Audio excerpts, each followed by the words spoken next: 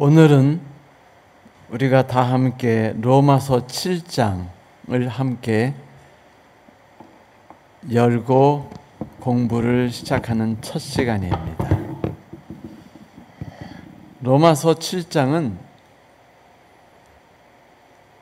율법이라는 그 단어로 아주 가득 차 있습니다.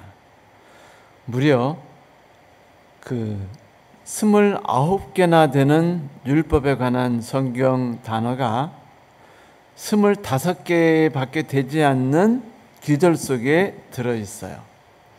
23번이 율법으로 나오고 그리고 6번이 계명이란 단어로 나타나고 있습니다.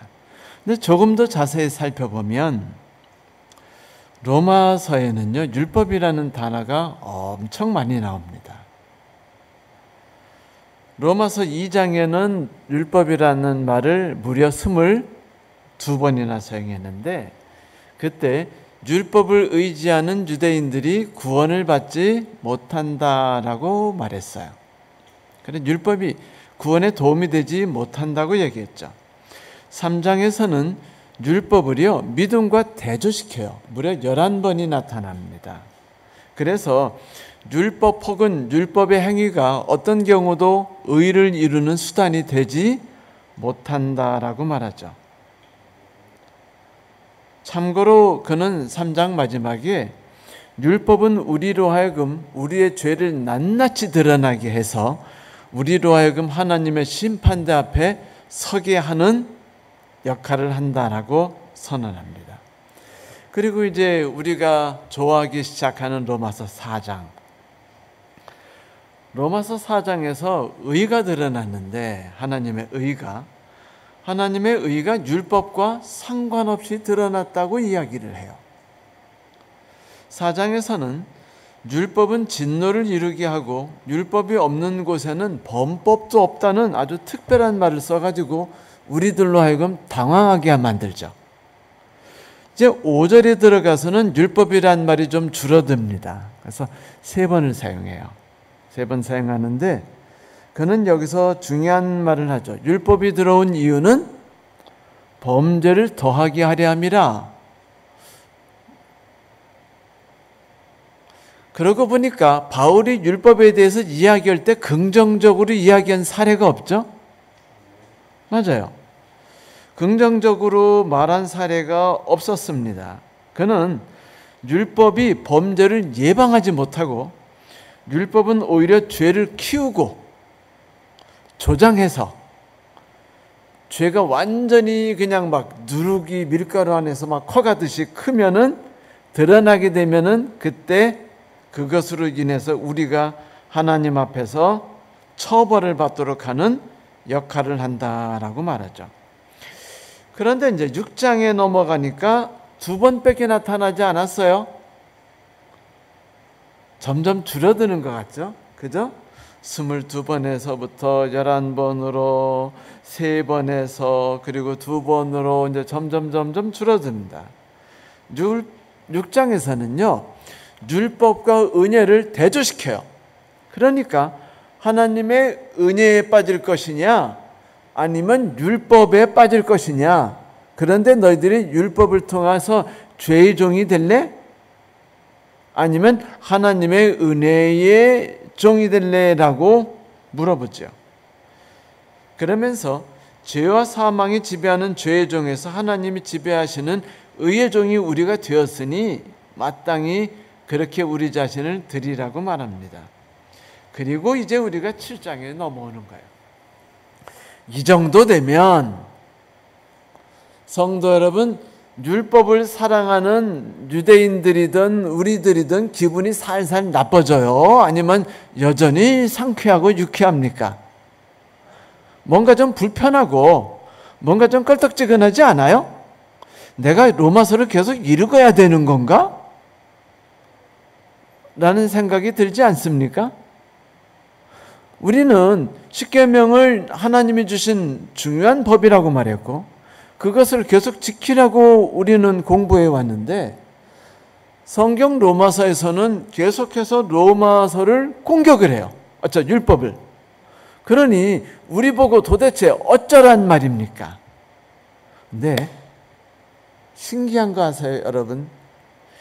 예수님이 산상수훈에서 하나님의 나라에 대해서 말씀하실 때 십계명에 대해서 한 번이라도 언급하시던가요? 아니요, 한 번도 언급하지 않으셨습니다.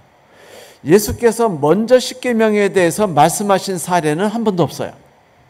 단 사람들이, 율법학자들이 와서 물어볼 때는 대답하십니다.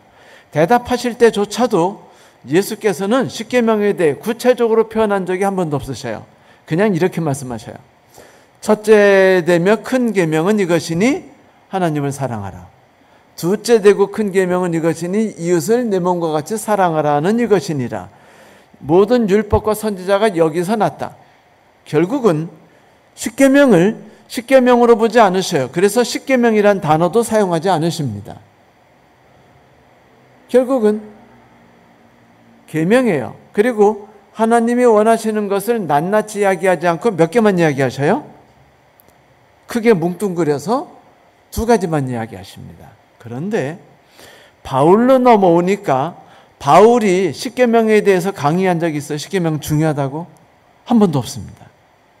바울 역시 십계명에 대해서 이야기할 때는 십계명의 정신에 대해서 이야기하지, 오히려 지금 7장에서는 우리가 율법에서 해방됐다라고 말하면서 너희들이 해방됐다는 사실을 알아야 된다라고 말하면서 우리 안식일 교인들을요 당황시켜요. 진짜 이렇게 되니까 안식일 교인들이 제일 안 읽는 책이 로마서고, 그 다음에 제일 안 읽는 성경장이 로마서 7장이 돼서 버렸어요. 이 장로님도 지난번에 로마서 7장이 힘들다고 하셨죠. 근데 힘들다고 하는 이유가 사실은 문장이 힘들어서가 아니고 이걸 도대체 우리가 배우고 알고 있는 십계명하고 어떻게 연관시켜 접목할 것인가가 고민되셨을 거예요. 로마서 7장은 크게 세 부분으로 나뉩니다. 간단해요. 1절부터 6절은요 너희가 율법에서부터 해방됐다. 율법은 너희를 얽어매는 무서운 존재였다. 그런데 예수 그리스도와 함께 너희가 죽었기 때문에 그분의 부활과 함께 너희들이 살아났고 너희들이 더 이상은 율법에 얽매이지 않는다. 생각해봐라. 어떤 여자가 남편하고 사는데 재수꽝이었다. 아주 악마였고 폭군이었다. 그런데 남편에게서 해방될 수 있는 길은 죽는 것밖에 없다. 너희들이 그리스도인으로 인해서 죽었으니 너희는 이제 율법으로부터 해방됐다. 이 정도면 유대인들 속된 말로 말하면 빡칩니까? 안 칩니까? 네? 죽일 놈이 되는 거예요. 여러분, 그러면 우리 제7일 안식일 예수재림 교인들에게도 바울이 쉬운 존재입니까? 부담 가는 존재가 됩니까? 부담 가는 존재예요. 왜냐하면 우리는 예수 믿은 처음부터 지금까지 십계명은 무조건 지키고 준수하라고 배워왔거든요. 근데 바울은 한 번도 그런 얘기를 하지 않아요. 오히려 십계명에서 자유로워라. 해방돼야 된다. 해방되었다. 이러니 부담이 가는 책입니다. 그럼 7절부터 13절은요. 율법이 뭔지를 이야기해요. 왜? 사람들이 항의 시작해요.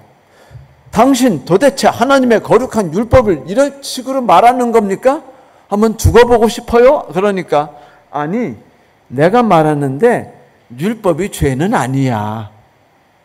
두 번을 말해요. 7절과 13절.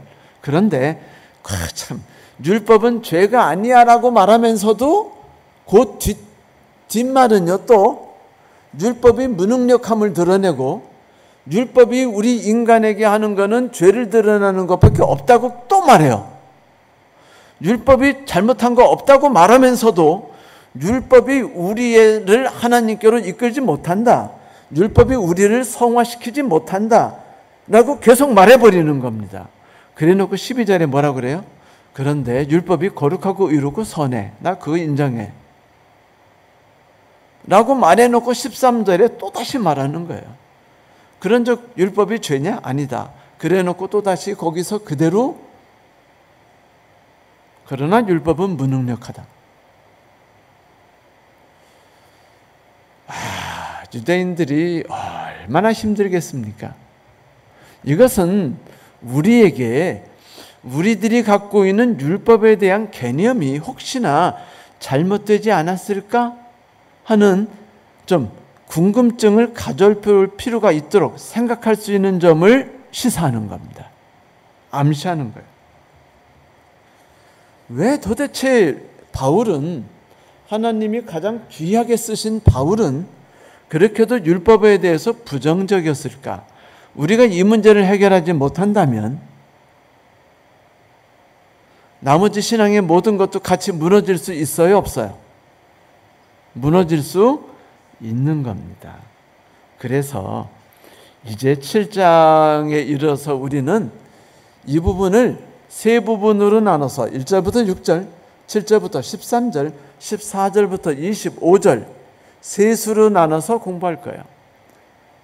1절부터 6절은 우리가 율법에서 해방됐다. 7절부터 13절은 율법이 문제가 아니다.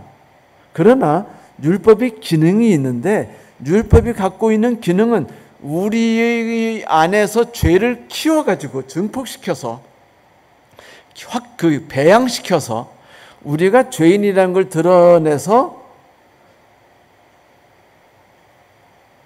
절망과 고통과 번민에 빠지게 하는 것이다. 그래서 우리로 하여금 절망 가운데 하나님을 보게 하는 것이 율법의 기능이다라고 말합니다. 그러니까 율법이 우리를 성화시키진 못하지만 율법이 우리로 하여금 절망시키긴 한다. 이게 되게 중요해요. 율법이 우리를 절망시킨다는 말은요, 절망한 다음에 어떻게 하죠? 구원을 찾잖아요. 그리고 하나님을 바라보게 되는 거예요. 그리고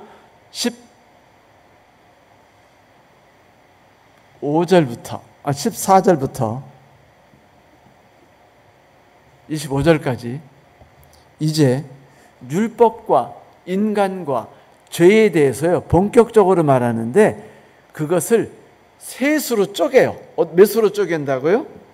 세 수로 쪼개요. 그래서 14절 빼고 15절부터 17절, 18절부터 21절, 22절부터 24절, 그리고 25절 따로 떼고 이렇게 해서요 세 부분으로 쪼개 놓습니다. 그런데 가만히 보면은요 세 부분이 똑같은 내용이에요. 똑같은 내용을 나란히 놨습니다. 어떻게 놨다고요? 새 쌍둥이처럼 보여요. 그런데 자세히 보니까 첫 번째 부분, 두 번째 부분, 세 번째 부분이 약간씩 다르면서 주제가 살짝씩 다른데 구조는 똑같습니다. 나중에 다음 주에 제가요 이것을 여러분들에게 종이로 프린트해 가지고 그 비교표를 나눠드리려고 합니다. 물론 유튜브로 보시는 성도들은 이 부분을 보실 기회가 없지만 여러분들에겐 제가 다다음 주 예배 드릴 때는 거기에 대해 자세한 설명과 함께 그 구조를 한번 말씀을 드리도록 하겠습니다. 이제 그러나 참 25절은요 희망으로 끝나요. 뭐냐면 이거죠. 하나님께 감사하자. 우리가 몸은 죄악의 노예가 되어 있지만 우리의 영혼은, 정신은 하나님을 의지하고 있다. 결국 뭐예요?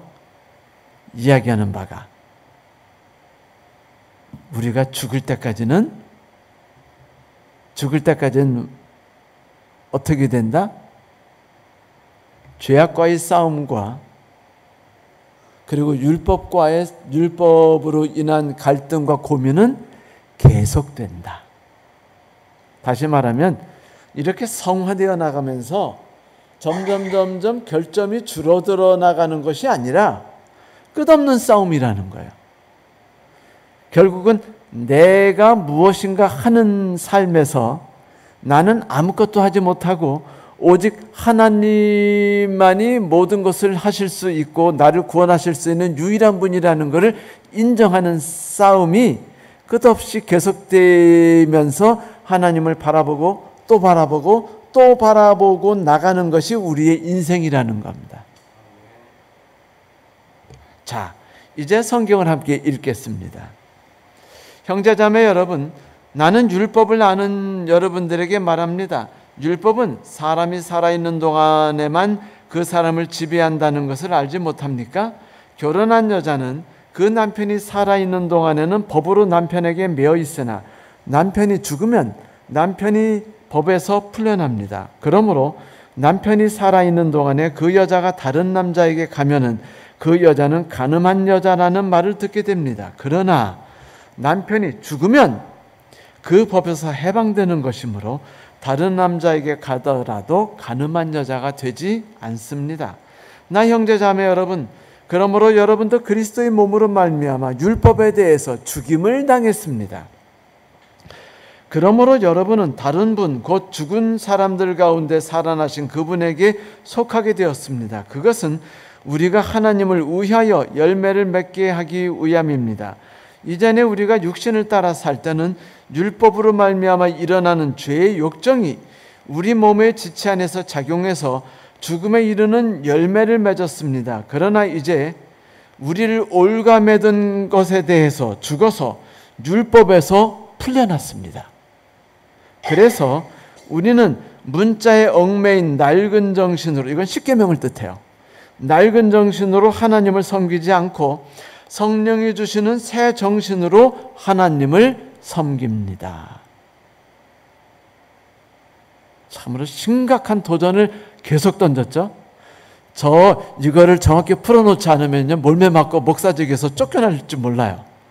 그래서 저도 아주 정확하게, 아주 자세하고 상세하게 여러분에게 풀어드릴 필요가 있습니다. 마음은요, 7장은 휙 넘어가고 싶지만 그렇게 하지 못하는 건 7장을 이해하지 못하면 로마서를 이해할 수 없습니다.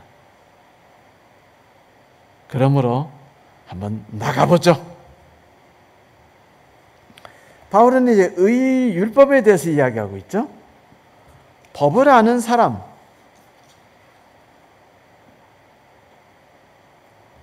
너희들이 해방되었음을 모르느냐? 해방을 알리는 외침이에요. 너희들이 율법에 대해서 죽었다라는 것입니다.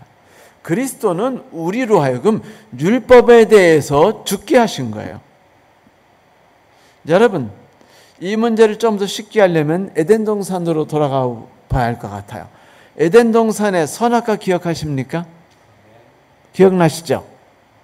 그런데 하와가 하나님을 잘 따르고 있는지 안 따르고 있는지, 요즘에 하나님과 뜸해지고 있는지 안 뜸해지고 있는지 성경에서 정확히 기록할 수 있도록 아담과 하와가 자신들의 결점들이 드러나는 것이 기록이 돼 있던가요? 안 기록되어 있어요. 그런데 그들이 하나님에게서 멀어지고 있다는 걸 구체적으로 팍 드러난 데가 어디입니까? 선악과예요. 선악과 법이 만들어진 겁니다. 무슨 법이요? 선악과 법. 여러분, 선악과 법은요, 십계명과 똑같아요. 중심 사상이.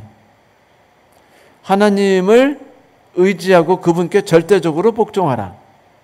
그분을 절대적으로 신뢰하고 내 힘으로 뭔가 하려는 걸 포기하라.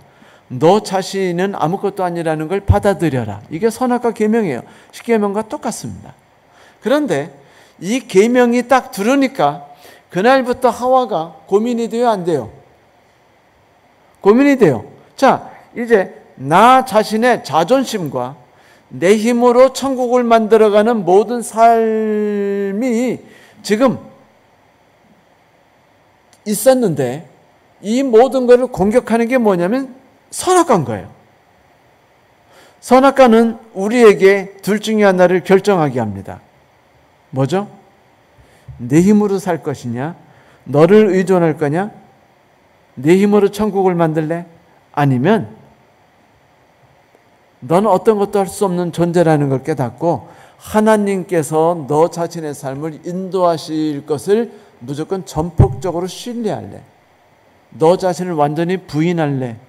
그러니까 선악과예요. 근데 그걸 보다 보니까, 그게 있다는 걸 알게 되니까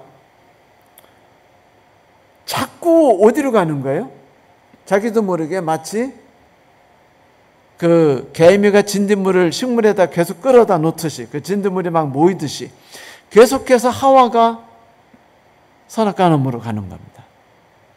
계명이 있으니까 그 계명이 하와와 아담의 마음 가운데 있는 하나님을 등한히 여기고 내가 중심이고 내가 중요한 존재이며 내가 천국을 만들어 나가야 할 거라는 이런 생각들을 선악과가 키워줬어요. 키워가지고 선악과 앞에서 선악과를 따먹게 된 겁니다. 선악과를 따먹는 순간에 그는 뭐를 보여줬냐면, 첫째, 하나님을 신뢰하지 않고 나 자신과 상식과 이런 것들을, 세상의 법을 신뢰한다는 것을 선언했다는 겁니다. 그런데 선악과가 없었어 봐요. 하와가 그냥 아담하고 살아가면서 하나님과 멀어지고 있음에도 그의 죄가 드러나요? 안 드러나요? 안 드러나죠. 수많은 마약사범들을 잡는 길이 뭡니까? 우연히 잡힐 수도 있어요. 이런 식으로. 어떤 택시 운전수가 그 손님이 내렸는데 보니까 지갑을 놓고 내렸어요. 그래서 지갑을 가지고 이제 경찰서에다 신고를 했네요. 신고를 하고 경찰서에서 이제 지갑에 누군가 하고 보니까 거기에 뭐 이렇게 조그만 비닐봉투가 있는데 거기에 하얀 가루가 들어있어요. 잡았습니다. 마약사범으로. 근데 대부분은 이렇게 쉽게 걸려요, 안 걸려요? 이분은 정말 재수가 없는 거예요. 대부분은 안 걸려요. 안 걸리니까 걸리도록 하는 방법이 뭐죠? 경찰이 어떻게 잡죠?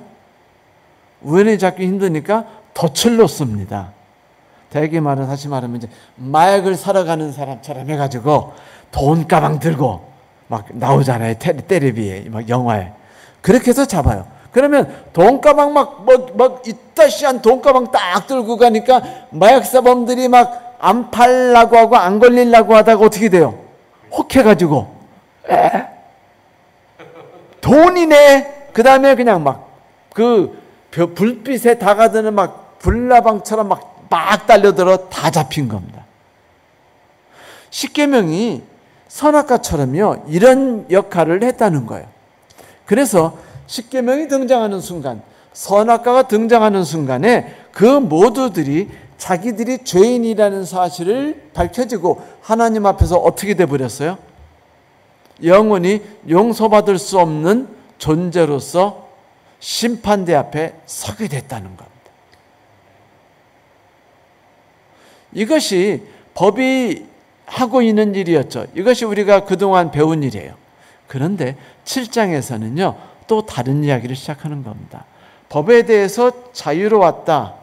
그건 법에 얽매였다는 거죠. 그런데 여러분, 십계명이 우리를 얽매고 있나요? 아닌 것 같아요. 십계명이 부담이 하나도 안 되나요? 나 오늘도 법에서 어길까 안 어길까? 오늘도 어겼네. 뭐 이런 고민 해보셨어요? 안 해보셨어요? 나는 그런 고민 하나도 안 하고 살아. 나는 내가 십계명을 어길까 말까, 뭐 가늠하지 말라, 뭐 바울이 그러잖아요. 가늠하지 말라는 얘기를 들으니까 괜히 여자 보면서 음욕이 생기고, 탐내지 말라는 말을 들으니까 탐심이 생기더라. 선악과를 따먹지 말라니까 선악과 옆에 가게 되고. 이게 뭐예요? 애게 저 단지 열어보지 말라니까 열어가지고 꿀물 들어있어서 끈에다가 깨버리고 뭐 이런 거죠.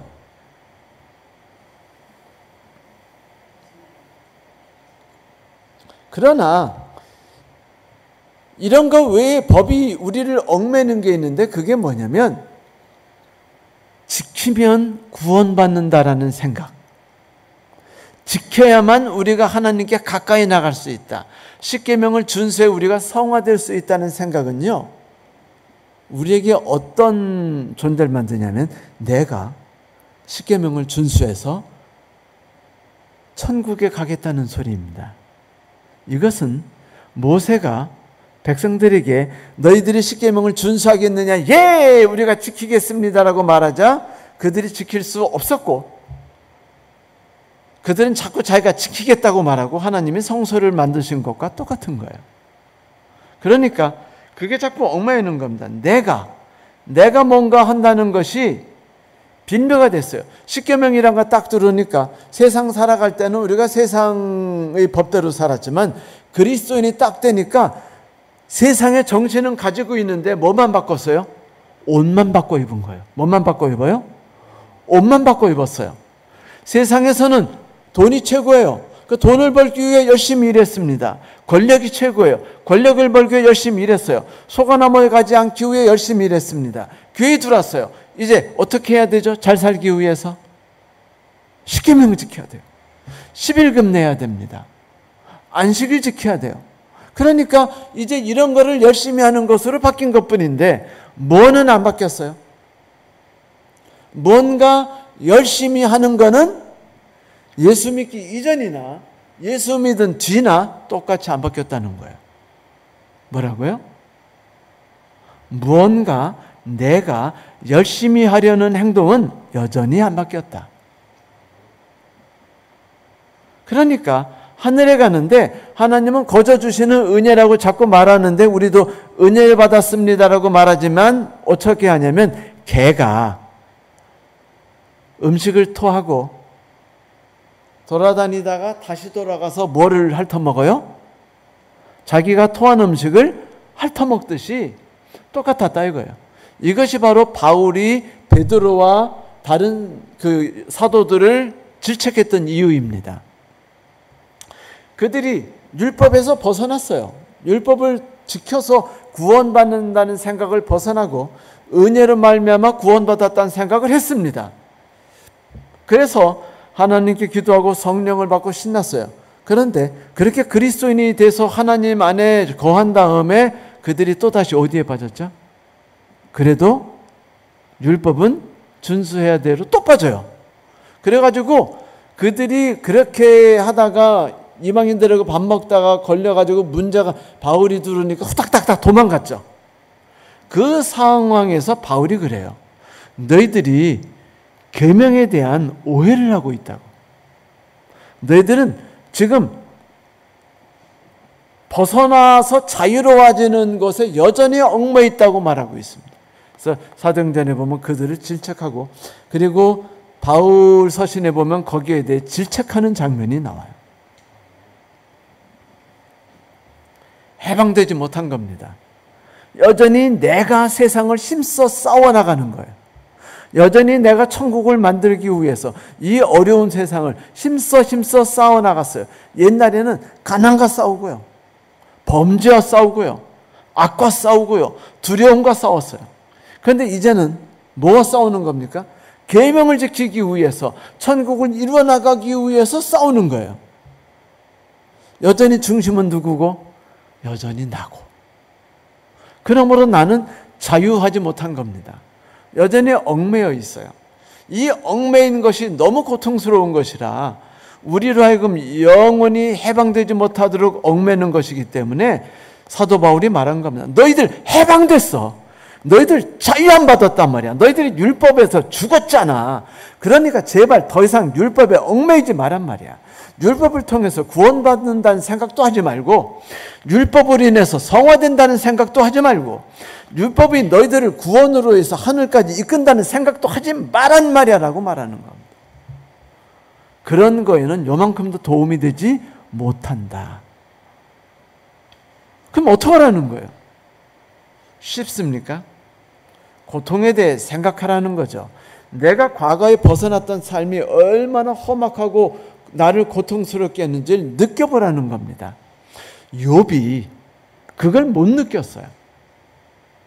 그래서 계속해서 자기 의의를 쌓아갔습니다. 그래서 그가 지상에서 최고 온유하고 가장 의인이었지만 실상은 하나님께 조금도 가까이 가지 못했어요. 세상 사람들의 자로 볼 때는 가장 훌륭하고 가장 거룩하고 가장 의인이었어요. 그러나 하나님이 보실 때는 하나님을 의지하지 않았습니다. 내가 여전히 뭔가 하려고 했어요. 그러자 욥기가 만들어진 거예요. 하나님이 그를 괴롭히기 시작하십니다.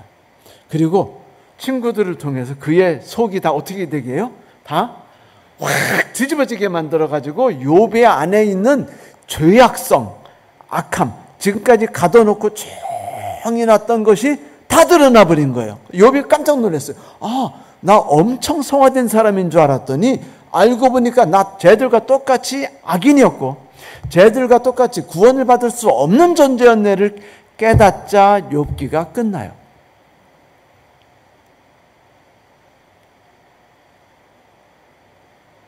바로 이겁니다. 그 삶이 얼마나 고통스러운지를 욥기를 통해 보여주는 거예요.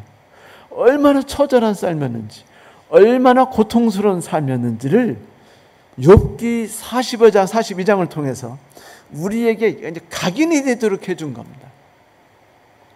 그러면 우리의 과거의 삶이 어땠는지 인식하지 않으면 안 됐는데, 여러분 그 삶에 대해서 어떤 건지 쉽게 생각하면 이런 거죠. 여러분 옛날에 588이라고 있었는데 기억나세요? 588? 네, 588. 청량리 588이 있었어요. 저녁에 한 10시쯤 돼서요, 588 청량리 앞에 딱 내리면 서울시 시청서 놀다가 청량리 딱 도착하잖아요. 그래서 이제 45번 버스를 타려고 앞에 딱 기다리고 있으면은요, 화장한 아가씨들이 이쁘지도 않아요. 아가씨들이요, 막 냄새나는 화장, 막 덕지덕지한 여자들이 와서 팍 팔짱을 낍니다. 그리고 이래, 아저씨 쉬다 가세요.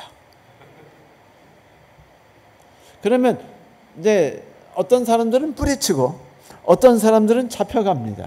그런데 여러분 그 잡혀가면은 청량리 뒷골목으로 들어가요. 588 그 뒷골목으로 들어가는데 거기가요, 골목으로 들어가는 순간부터 벌써 음험하고 더럽고 추해요. 냄새나고.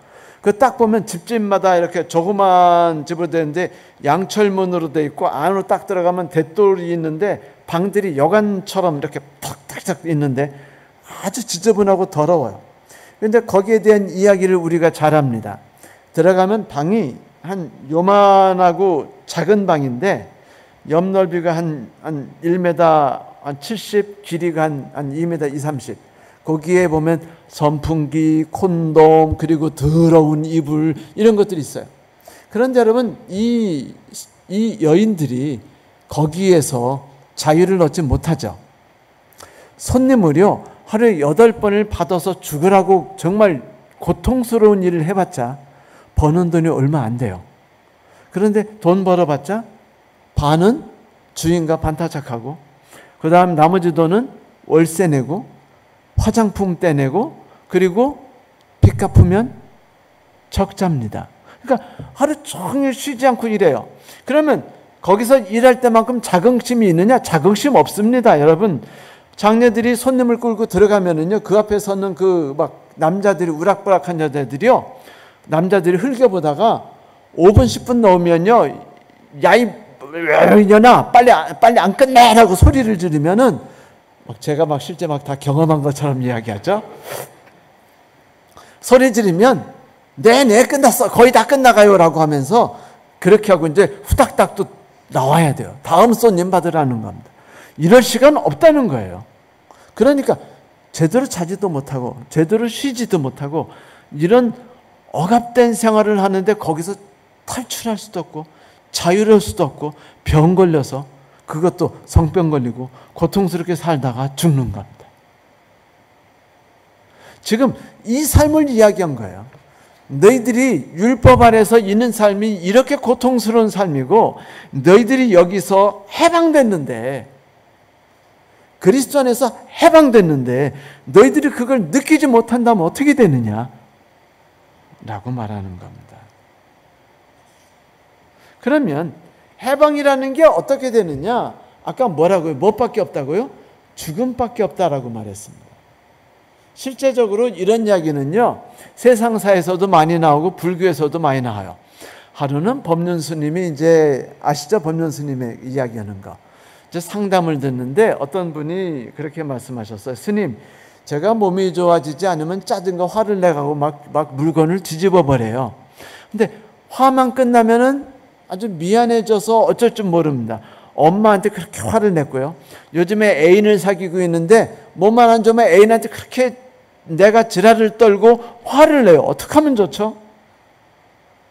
그랬더니 법륜 스님이 뭐라고 했을까요?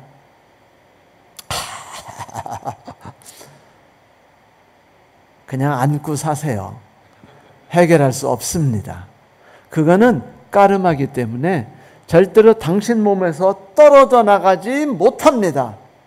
그러니 화 한번 내고 지랄 한번 떨고 그 다음에 무릎 꿇고 미안해, 내가 이렇게 더러운 성격 가져서 제발 나를 용서하고 다시 좀 붙잡아줘라고 애인한테 끝없이 울고 불고 매달리세요. 그것밖에 없어요 라고 말해요. 그러면 답이 없단 말입니까? 그런데 스님이 이렇게 말해요. 두 번째 방법이 있는데 이건 좀 돈이 들어요 라고 말하면서 끝나고 나가자마자 철물점에 가서 전기 충격기 하나를 사세요. 전기 충격기 사가지고 내가 쫙 화를 낼 것 같으면은 전기 충격기를 가지고 목을 팍 쥐어버리세요. 그러면 떨다가는 기절할 겁니다. 다음에 또 화가 나면은요, 전기 충격기를 또 쥐세요. 그렇게 죽다 살아나는 경험을 3번 정도 하면은 끊어집니다. 라고 말했습니다. 어떻게 하실래요?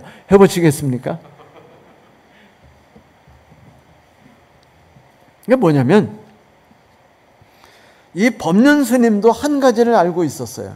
그건 뭐냐면, 죽지는 못하더라도 죽음과 같은 경험을 하지 못하면 어떤 경우도 그 까르마에서 벗어날 수 없습니다. 결국은 죄된 본성에서 벗어나는 것이 그렇게도 힘들다는 것입니다. 특히 죄인이 아닌 그리스도인이 율법 정신에서 벗어나는 것 역시 그렇게 힘들다는 것이에요. 그것이 우리를 얽매고, 그것이 우리를 옥죄고, 그것이 우리의 삶을 상처가 나게 하고 고민에 빠지고 절망에 빠지고 쓰러뜨린다 할지라도 벗어나지 못해요. 그래서 바울이 말한 겁니다. 너희들은 그리스도로 인해서, 그분의 죽으심으로 인해서 너희들이 율법에서 자유하게 됐어. 그분이 십자가 위에서 죽으심을 입었지 않아? 너희들은 그분과 함께 진대를 받아서 연합했지 않아? 육정에서 배웠지 않아? 그래서 그분의 죽으심을 나누었어. 그러니 이제 우리의 몸은 그리스도와 함께 죄에 대해서 그리고 율법에 대해서 영원히 죽은 거야. 이제 우리는 그 율법에 대해서 자유로워졌어. 그러니 이제 새로운 사람으로 새롭게 하나님을 섬기기를 바래. 자, 새롭게 섬기는데 또 그러면 새롭게 섬기는 게 뭡니까? 또다시 쉽게 말씀드리면 여러분, 십계명으로 주를 섬기지 말라는 거예요. 뭐라고요? 따라해 보세요. 십계명으로 주를 섬기지 말자. 그래요. 십계명을 가지고 구원받으려고 하지 말라는 겁니다. 십계명으로 하나님께 나아가려고 하지 말라는 거예요. 십계명은 우리가 하나님께 나아가는 그런 도구로서가 아니에요. 십계명은 낮이 풀을 베거나 별을 벨 듯 사용하듯이 율법은 우리가 하나님께 나가는 성화를 위한 도구가 아니라 우리를 정죄하는 도구입니다. 우리 죄악을 키워서 활성화시켜서 우리가 죄인이라는 걸 낱낱이 온 천하에 드러나게 해서 우리를 하여금 절망에 빠지게 하는 도구가 십계명이라는 것이에요. 그런데 우리는 그 도구를 자꾸 어떻게 써먹으려고 그래요? 끝까지 찾고 우리도 모르게 본성적으로 십계명을 지켜서 하나님께 좀 더 가까이 나가려고 나도 모르게 그렇게 한단 말입니다. 뭐라고요? 나도 모르게. 그러면서 이제 6절에 위대한 이야기를 하죠. 이제는 우리가 얽매였던 것에 대해 죽었으므로 율법에서 벗어났으니. 뭐라고요? 율법에 얽매였던 것에서 죽었어요. 그래서 율법에서 벗어났습니다. 그러니 우리가 이제 영의 새로운 것으로 섬길 것이 의문에 죽은 것으로 아니할 것이라. 여기서 의문에 묵은 것은요, 십계명입니다. 성경 여러 곳에 이것이 십계명이라고 나와요. 돌에 써서 새긴 죽게 하는 의문의 직분도 영광이 있어. 고린도후서 3장 7절. 돌에 새긴 것 계명은 뭐밖에 없죠? 김자련 집사님? 십계명밖에 없죠. 그런데 십계명을 고린도후서 3장 17절에 죽게 하는 의문의 직분이 영광이 있다고 말했습니다. 바울이 십계명을 의문의 율법이라고 말했어요. 죽게 하는 율법이라고 말했습니다. 고린도후서 3장 6절 의문은 죽이는 것이요 영은 살리니. 그렇다면 죽이는 것과 살리는 게 뭐냐 이겁니다. 영, 새로운 것, 의문, 죽은 것 둘 다 십계명에 관한 것이에요. 하나는 십계명을 내 힘으로 지키려는 것이고 또 하나는 새 언약입니다. 다시 말하면 하나님이 나는 어떤 것도 의로 향할 능력이 없고 하나님이 나를 구원하서 새로운 삶을 삼아 주셨으니 그런 이제부터 하나님 천국 백성답게 살아갑시다가 아니고 이건 또다시 문제가 되니까 너희들이 구원받았으니 구원받았던 방식대로 살아가라는 거예요. 뭐죠? 죽을 때까지 여전히 나는 내 힘으로 어떤 것도 할 수 없다. 하나님께서만 나를 위해 무언가 하실 수 있다. 그러니 언제나 겸손하게 하나님 앞에 엎드러지고 나는 아무것도 할 수 없는 존재입니다라고 말하면서 슬피 울라는 것이에요. 다음 주에 우리가 여기에 대해 구체적으로 배우게 될 겁니다. 그런데 여기에 대해서 좀 더 정확히 설명하기 위해서 옛 얽어매는 것, 새 것, 영이라고 말했는데 쉽게 말하면 호세아서 2장 16절과 17절을 통해서 이해할 수 있어요. 지난주 언뜻 말씀드렸죠. 여호와께서 이르시되 그날에 네가 나를 내 남편이라 일컫고 다시는 내 바알 폭군 주인이라 일컫지 아니하리라. 내가 바알들의 이름을 그의 입에서 제거하여 다시는 그의 이름을 기억하여 부르는 일이 없게 하리라. 내가 계명을 지키고 살아가는 것이 뿌듯하고 좋은 것 같고 성공하는 것 같고 성화되는 것 같고 하나님께 더 가까이 나아가는 것 같아서 기분이 상쾌하고 좋았는데 나아가다 보니까 점점 질척질척해지고 내가 하나님께 처음에 상쾌했고 행복했고 순박했던 내 신앙은 다 어떻게 되고 다 무너져 나가고 지금 내 신앙은 어때요? 미적지근하고 피곤해지고 얼고맨 것 같고 희망이 없는 것 같고 그렇게 살아가지 않습니까? 그러니 결국은 고멜이 나는 완벽해. 내가 하늘에 들어갈 거야. 내가 십계명을 지켜서 들어갈 거야 라고 말하고 십계명을 열심히 지킨 게 결국은 바알 폭군에 의해서 농락당하는 것이라는 겁니다. 답은 하나밖에 없어요. 호세아가 와서 구원해주고 호세아를 의지해서 살아가는 것밖에 없습니다. 호세아만 붙들고 나는 앞으로 어떤 것도 할 수 없는 존재라는 것을 침례받기 이전만이 아니라 침례받은 뒤에도 여전히 같은 삶으로 살아가라는 거예요. 뭐라고요? 나는 아무것도 할 수 없는 존재입니다.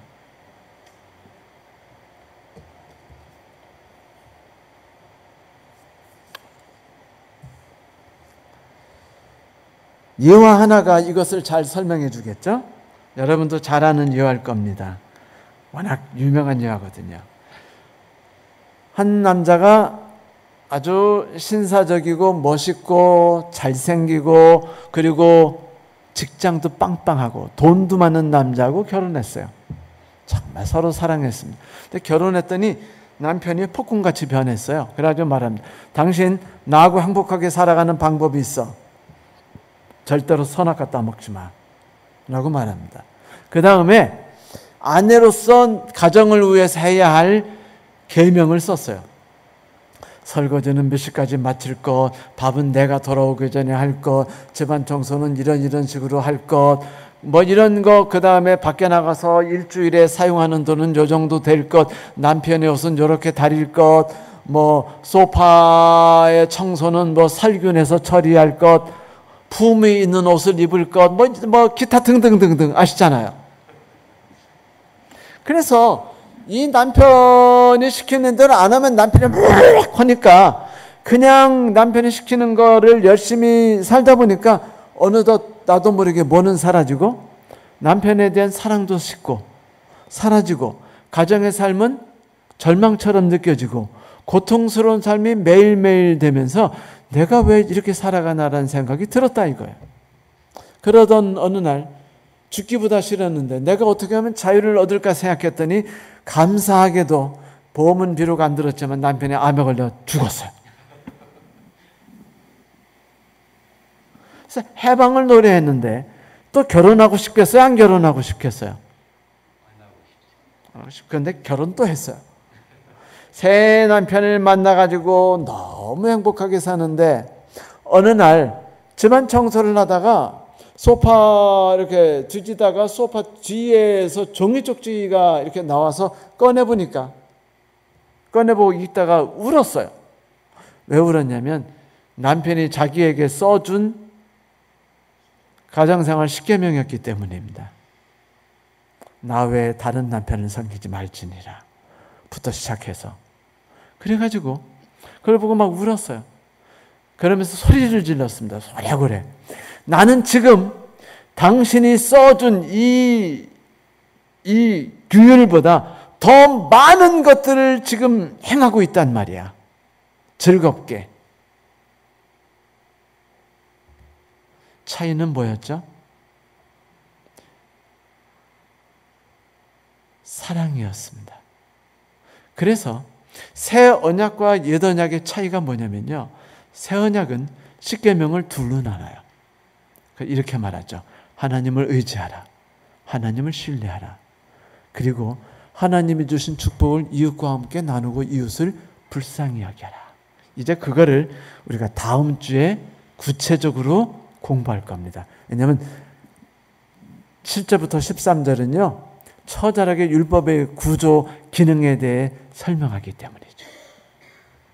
사랑하는 성도 여러분, 요점은 하나예요. 옛 언약이냐 새 언약이냐입니다.